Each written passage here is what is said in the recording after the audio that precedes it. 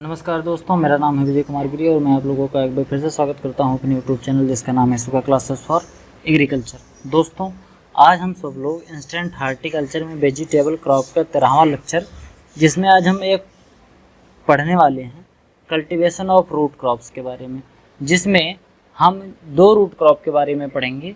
पहली root crop है reddish और दूसरी रूट क्रॉप है कैरेट, यानी कि मूली और गाजर। ये दो रूट क्रॉप हैं, काफ़ी इंपॉर्टेंट रूट क्रॉप्स हैं। इनसे रिलेटेड काफ़ी क्वेश्चंस एग्जाम में पूछे जाते हैं, तो इन्हीं दोनों के बारे में हम आज डिटेल में डिस्कशन करने वाले हैं।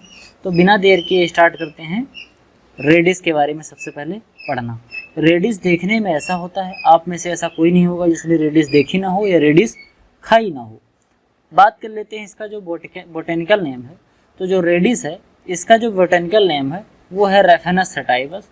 रेफेनस सटाइवस जो है ये रेडिस का बोटेनिकल नेम है। रेडिस की जो फैमिली है वो है क्रूसीफेरी। क्रूसीफेरी फैमिली का है। इससे पहले आपने कोल क्रॉप पढ़ी थी, जिसमें cauliflower, cabbage, knol khol, sprouting, broccoli, kale, mini cabbage, इन सब के बारे में पढ़ा था। ये सभी क्रूसीफेरी की थी और ये भी क्रूसीफेरी का ही है। इसके साथ साथ मस्टर्ड एक काफ़ी इंपॉर्टेंट क्रॉप है जो क्रूसीफेरी फैमिली का ही है। ओरिजिन जो इसका है वो है यूरोप। ठीक, एक बार फिर से रिपीट कर देते हैं। रेडिस जो है उसका बोटेनिकल नेम है रेफेनस सटाइवस, फैमिली इसकी है क्रूसीफेरी और ओरिजिन इसका है यूरोप। तो इसके बाद अब अगली बात करते हैं। तो जो ये रेडिस की आपकी क्रॉप है, ये रेडिस जो है इसमें विटामिन सी प्रचुर मात्रा में पाया जाता है। ये रिच सोर्स है विटामिन सी का। इसमें 15 से लेकर 40 मिलीग्राम पर 100 ग्राम मतलब अगर 100 ग्राम हम रेडिस कंज्यूम करते हैं तो उससे हमको लगभग 15 से 40 मिलीग्राम विटामिन सी मिल जाता है। उसके बाद है अर्का निशांत। एक रेडिस की वैरायटी है, काफ़ी इंपॉर्टेंट वैरायटी है, मल्टीपल डिजीज़ रेजिस्टेंट वैरायटी है, यानी कि बहुत ढेर सारी डिजीज़ों से इसमें सुरक्षा मिलती है, क्योंकि वो कई सारी डिजीज़ों के प्रति रेजिस्टेंट है। जिसमें सबसे पहला जो डिजीज़ है वो है वाइट रस्ट। वाइट रस्ट का सिम्टम ये है, इस सिम्टम से रेजिस्टेंट रहती है अर्का निशांत जो वैरायटी, इसमें वाइट रस्ट नहीं लगता है। उसके बाद पिथनेस, जब मूली काफ़ी पुरानी हो जाती है, कई दिन की हो जाती है, जब हार्वेस्टिंग हम टाइम से नहीं कर पाते हैं और कभी कभी बहुत जल्दी ही पिथनेस आ जाती है। पिथनेस का मतलब ऐसे होता है, बीच में इस तरीके से हो जाता है, मूली खाने में अच्छा नहीं लगता है। ठीक, गांव में कहते हैं कि खोखसई हो गई है, मतलब कि पिथनेस आ जाती है, ऐसे लगता है जैसे बीच में ऐसे हो जाता है, खोखला खोखला टाइप का हो जाता है। तो ये वाला जो डिजीज़ है ये भी नहीं लगता किसमें, अर्का निशांत में। उसके बाद प्री मैच्योर बोल्टिंग। ये जो बोल्टिंग टर्म है ये आप लोगों ने सुना होगा या देखा भी होगा। जो ओनियन की क्रॉप है इसमें आप लोगों ने ज़्यादा देखा होगा बोल्टिंग, क्योंकि ओनियन की क्रॉप में बोल्टिंग वाली समस्या ज़्यादा होती है। अब बात समझो बोल्टिंग होता क्या है। क्या होता है कि जब पौधा अपनी वेजिटेटिव ग्रोथ पूरी कर लेता है तो वो फिर अपने रिप्रोडक्टिव स्टेज में जाता है।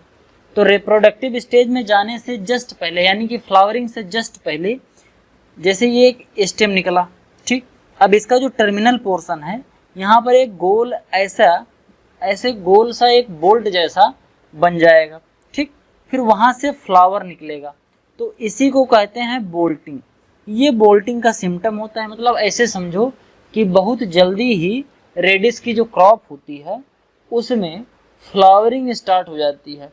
तो इस प्रॉब्लम को कम करने के लिए हमको अर्का निशांत वैरायटी का कल्टीवेशन करना चाहिए, क्योंकि इसमें नहीं लगता है। तो अर्का निशांत रेडिस की काफ़ी इंपॉर्टेंट वैरायटी है, मल्टीपल डिजीज रेजिस्टेंट वैरायटी है, जिसमें वाइट रस्ट, पिथनेस और इसके साथ साथ प्री मैच्योर बोल्टिंग वाली प्रॉब्लम्स नहीं होती हैं।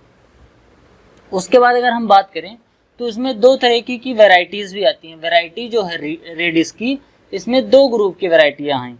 एक तो है एशियाटिक और दूसरी है यूरोपियन। मतलब एक एशियन वैरायटीज़ हैं, एशियन वैरायटीज़ का ग्रुप है, और एक यूरोपियन वैरायटीज़ का ग्रुप है।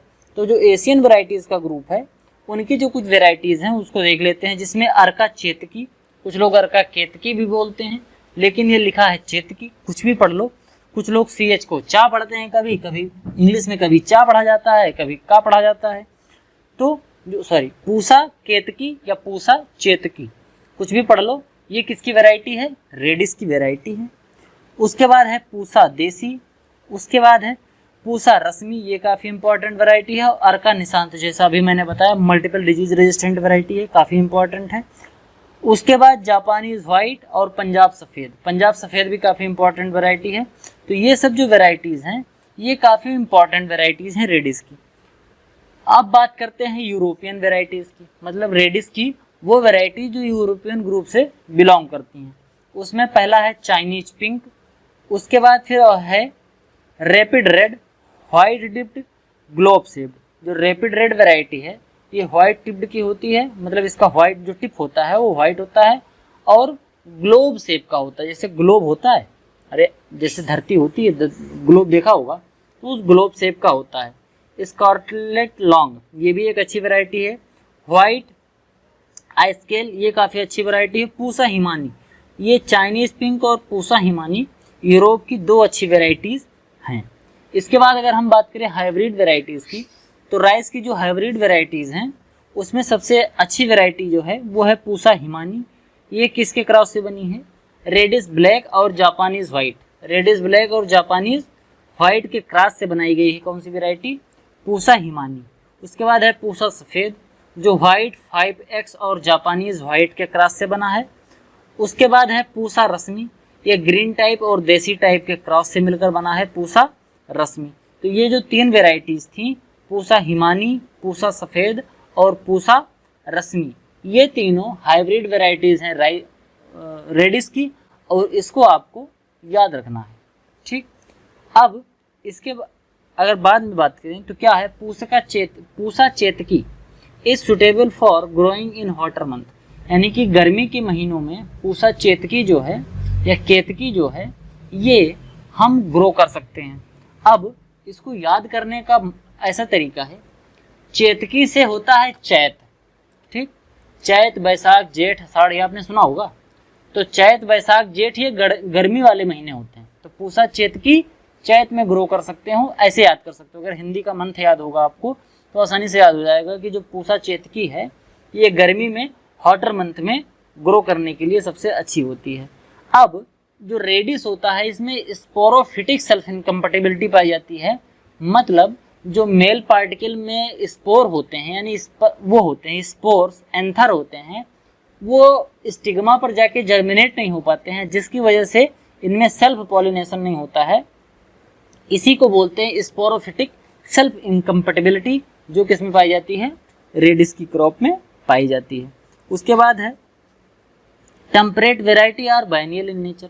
जो टेम्परेट वेराइटीज़ होती हैं जिनको हम ठंडे क्षेत्रों में ग्रो करते हैं, वो वैरायटी बाइनियल नेचर की होती हैं, मतलब कि इसमें सीडलिंग से लेके सीड तक, मतलब सीड से सीड तक, एक बार मैंने सीड को बोया और फिर मुझे उस पौधे से पौधा बना, पौधे से फिर फ्लावरिंग हुई, फ्रूटिंग हुई और फिर से सीड मिल गया।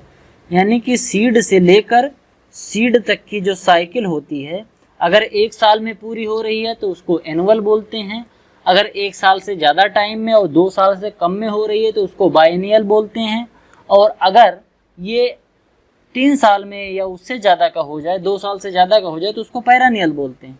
तो जो ये है टेम्परेट वेराइटीज़ जो होती हैं, यानी कि जो ठंडे क्षेत्रों में उगाई जाने वाली रेडिस की वेराइटीज़ हैं, ये बाइनियल नेचर की होती हैं, यानी कि 2 साल इसमें लग जाता है, 1 साल से ज़्यादा और 2 साल से कम का टाइम लगता है। ट्रॉपिकल जो वेराइटीज़ हैं वो सीड प्रोड्यूस कर सकती हैं ट्रॉपिकल कंडीशन में भी और टेम्परेट कंडीशन में भी, मतलब जो ट्रॉपिकल वेराइटीज़ हैं ये टेम्परेट और ट्रॉपिकल दोनों कंडीशन में सीडलिंग दे सकती हैं, जबकि जो टेम्परेट वेराइटीज़ हैं ये केवल टेम्परेट रीजन में ही सीड ग्रो करेंगी। समझ गए बात? उसके बाद जो पूसा हिमानी वेराइटीज़ है ये केवल ऐसी वेराइटीज़ है जिसको पूरे साल ग्रो किया जा सकता है, थ्रू आउट द ईयर। कैसे? मतलब कि ठंडी में, गर्मी में, बरसात में, हर मौसम में पूसा हिमानी को हम ग्रो कर सकते हैं। इसीलिए जो पूसा निशांत है और पूसा हिमानी है ये दोनों बहुत अच्छी वेराइटीज़ हैं रेडिस की, आपको याद रखना है। उसके बाद जो दूसरी रूट क्रॉप है वो है रेडिस, जैसा भी मैंने पहले बताया कि हम आज रेडिस और कैरेट पढ़ने वाले हैं। तो ये जो दूसरी रूट वाली क्रॉप है वो है कैरेट, इसी के बारे में थोड़ा पढ़ लेते हैं। कैरेट भी ऐसा होता है, आपने गाजर का हलवा खाया होगा, बड़ा फेमस होता है, सलाद में भी इसको खाया जाता है और कुछ लोग वैसे ही खाते हैं। काफ़ी अच्छा होता है, इसमें विटामिन ए काफ़ी अच्छी मात्रा में पाया जाता है, कैरोटीन अच्छी मात्रा में पाया जाता है, तो ये हमारे सेहत के लिए भी काफ़ी अच्छा होता है। इसका जो बोटेनिकल नेम होता है, कैरेट से नाम पता चल रहा है डाकस कैरोटा, ठीक। कैरेट का जो बोटेनिकल नेम होता है वो होता है डाकस कैरोटा। इसकी जो फैमिली होती है वो अम्बलीफेरी होती है। और एक चीज़ और समझना, इसकी जो फैमिली होती है अम्बलीफेरी होती है, और जो कैरेट होता है, कैरेट का इन्फ्लोरोसेंस जो निकलता है वो कैसा होता है, अम्बेल टाइप का होता है। कैसा, अम्बलीफेरी फैमिली होती है और अम्बेल टाइप का पुष्पक्रम होता है, यानी कि इन्फ्लोरोसेंस होता है। तो काफ़ी अगर पूछा जाए तो इन्फ्लोरोसेंस ऑफ कैरेट, तो वो कैसा होता है, अम्बेल टाइप का होता है। इसका जो ओरिजिन है वो है अफ़गानिस्तान। अफ़गानिस्तान में इसका ओरिजिन माना जाता है। काफ़ी इंपॉर्टेंट है इसका ओरिजिन प्लेस, काफ़ी बार एग्जाम में पूछा गया है, तो ये याद रखना कि कैरेट का जो ओरिजिन प्लेस है वो अफ़गानिस्तान है। उसके बारे में बात करें अगर उसके आगे, तो कनेगी है, ये है या कनगी बोलते हैं, ये जो है एक बेवरेज है, एक पेय पदार्थ है जो ब्लैक कैरेट से बनाया जाता है। ये कनेगी बनाया गया है, ये पीने में काम आता है, ये बेवरेज होता है, जैसे चाय कॉफ़ी पिया जाता है उस तरीके से ये भी बनाया जाता है। उसके बाद है प्रोटेंडरी फाउंड इन कैरेट। मैंने जब स्टार्टिंग में पढ़ाया था इंस्टेंट हार्टिकल्चर, जब मैंने पढ़ाना स्टार्ट किया था तो उसमें मैंने कुछ टर्मिनोलॉजी बताई थी, जैसे प्रोटेंडरी, प्रोटोगाइनी, मोनोसियस, डायोसियस, हर्माफ्रोडाइट, ये सब बताया था। एक बार हम फिर से बता देते हैं। देखो, फ्लावर में मेल और फीमेल दो पार्ट होते हैं। किसी भी फ्लावर में मेल और फीमेल दो पार्ट होते हैं, जिसमें कोई एक पहले निकलता है या कभी कभी दोनों साथ में ही निकलते हैं। तो अगर पहले फीमेल पार्ट निकलेगा, ध्यान से समझना, अगर पहले फीमेल पार्ट निकलेगा तो उसको कहते हैं प्रोटोगाइनी, ठीक। और अगर पहले मेल पार्ट निकलेगा तो उसको क्या कहते हैं, प्रोटेंडरी। तो कैरेट में सबसे पहले क्या निकलता है, पहले मेल पार्ट निकलता है, यानी कि मेल पार्ट पहले मैच्योर हो जाता है, इसी वजह से इसको कहते हैं प्रोटेंडरी। और अगर पहले फीमेल पार्ट मैच्योर हो जाए तो उसको क्या कहेंगे, प्रोटोगाइनी, ठीक। अब आगे बात करते हैं two group of carrot. Carrot के भी दो ग्रुप होते हैं, एक होता है ट्रॉपिकल, दूसरा होता है टेम्परेट। दो ग्रुप हैं, एक ट्रॉपिकल और दूसरा टेम्परेट। अब जो इसकी वेराइटीज हैं, एशियाटिक वेराइटी जिसको हम ट्रॉपिकल बोलते हैं और टेम्परेट को हम यूरोपियन बोलेंगे। तो एशियाटिक या ट्रॉपिकल जो वेराइटीज़ हैं वो कैसा होता है, एक है पूसा केसर, काफ़ी इंपॉर्टेंट वेराइटी है पूसा केसर। उसके बाद है पूसा मेघाली, जिसमें हाईएस्ट विटामिन ए पाया जाता है, विटामिन ए सबसे ज़्यादा पाया जाता है। मतलब कैरेट की जितनी भी वेराइटीज हैं उसमें जो पूसा मेघाली है इसमें सबसे ज़्यादा विटामिन ए पाया जाता है। उसके बाद है दो वेराइटीज़ काफ़ी इंपॉर्टेंट है, मतलब कौन कौन सी, पूसा मेघाली और पूसा केसर। ये दोनों वेराइटी किसकी हैं, कैरेट की, यानी कि गाजर की वेराइटी। यूरोपियन वेराइटीज़ यानी कि टेम्परेट वेराइटीज़, इसमें है पूसा यमदग्नि, काफ़ी इंपॉर्टेंट वेराइटी है। उसके बाद है चेनाटिनी, ये सुटेबल फॉर, कैनाटिनी भी बोलते हैं कुछ लोग और चेनाटिनी भी बोलते हैं। तो ये होता है suitable for processing and storage, इसको प्रोसेसिंग और स्टोरेज के लिए काफ़ी अच्छा माना जाता है। उसके बाद है जीनो, ये सुटेबल है नीलगिरी में, नीलगिरी हिल्स जो है यानी कि साउथ ईस्ट रीजन में, साउथ ईस्ट रीजन में, ये समझो आपका आसाम वाली रीजन में नीलगिरी हिल्स पे क्या होता है, जीनो जो वैरायटी है ये काफ़ी इम्पॉर्टेंट मानी जाती है, वहाँ पर ये ग्रो की जाती है। और इसको इंट्रोड्यूस कहाँ से करा गया है, जर्मनी से। पहले जर्मनी में इसकी खेती होती थी, वहाँ से इस वैरायटी को, जीनो वाली वैरायटी को लेके आया गया और यहाँ पर अब कल्टीवेशन की जाती है। उसके बाद है दानवर्स, ये भी एक अच्छी वैरायटी है। उसके बाद है नेटसेस हाफलॉन्ग, अर्ली नेंटस, ये काफ़ी अच्छी वैरायटीज़ थी। अब इसमें जो पूसा केसर और पूसा मेघाली है, यही दो वैरायटी ज़्यादा इम्पॉर्टेंट है। और अगर हम यूरोपियन वैरायटी में बात करें तो पूसा यमदग्नि जो वैरायटी है और जीनो, ये चार वैरायटी कुल मिला के ज़्यादा इम्पॉर्टेंट मानी जाती हैं। और इसमें जो इसका ओरिजिन प्लेस है ये काफ़ी इंपॉर्टेंट है, काफ़ी बार एग्जाम में पूछा जाता है कि कैरेट का ओरिजिन प्लेस क्या है, तो अफगानिस्तान है। इसका इन्फ्लोरेसेंस पूछा जाता है, यही सब इंपॉर्टेंट इसमें क्वेश्चन बनते हैं। Carrot grown on hilly soil, carrot grown on heavy soil are rough and coarse than on light soil. मतलब कह रहा है कि अगर हम कैरेट को हैवी सॉइल में ग्रो करेंगे तो सही नहीं होगा, अगर हम इसको लाइट सॉइल में ग्रो करेंगे तो अच्छे से ग्रो होगा, क्योंकि रूट क्रॉप है।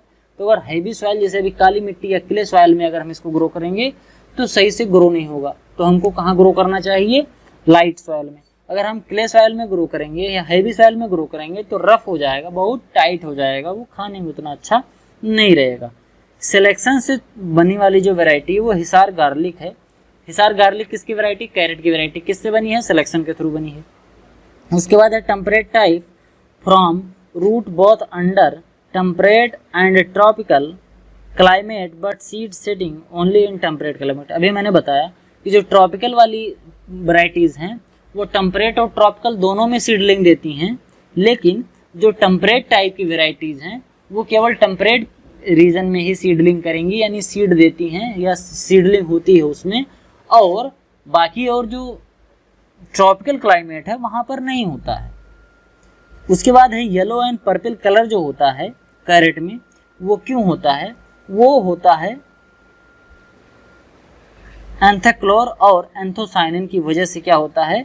येलो और पर्पल कलर होता है।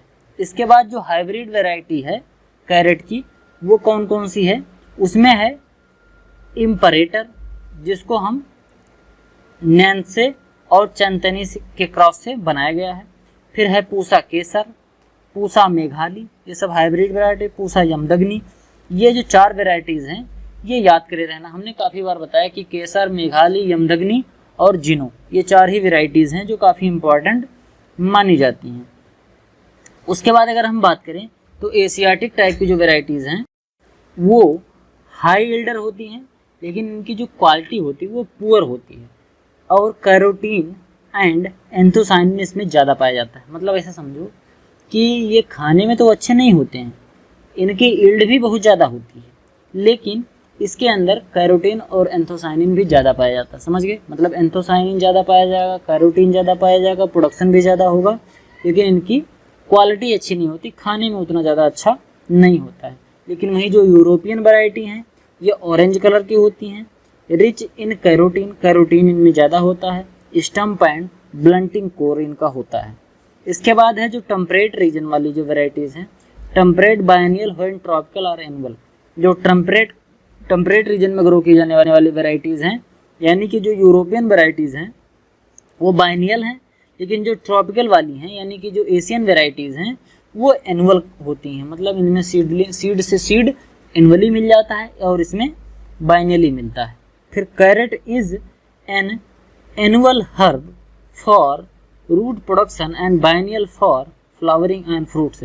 जो कैरेट होता है ये अगर आप हर्ब यानी कि पत्तियों को और रूट को ही केवल डेवलप करना है, इसकी पत्तियां और इसके रूट को ही अगर कंज्यूम करना है या हार्वेस्ट करना है, तो इस कंडीशन में जो कैरेट है वो एनुअल होती है। और अगर आपको इसमें फ्लावरिंग और फ्रूटिंग लेनी है यानी कि इसका फूल और फ्लावर लेना है, तो कैरेट की जो क्रॉप होती है वो कैसी होती है? बायनियल होती है। समझ गए? तो अभी तक मैंने पढ़ा कि जो कोल क्रॉप होती हैं ये भी अधिकतर अगर इसमें सीड टू सीड लेना है तो बायनियल होंगी। रेडिस है ये भी सीड टू सीड बायनियल है, और इसी के बाद कैरेट भी हम पढ़ रहे हैं ये भी सीड टू सीड बायनियल होती है। तो आज के लिए केवल इतना ही। आपका रेडिस और कैरेट से इंपॉर्टेंट जो कुछ क्वेश्चन बन सकते थे वो मैंने पढ़ा दिया। अगर आपको वीडियो अच्छी लगी हो तो वीडियो को लाइक करें, चैनल पर नए हैं चैनल को सब्सक्राइब करें। आपके जो भी सुझाव हों कमेंट बॉक्स में ज़रूर लिखें। मिलते हैं किसी अन्य वीडियो में, तब तक के लिए इजाज़त दीजिए। धन्यवाद।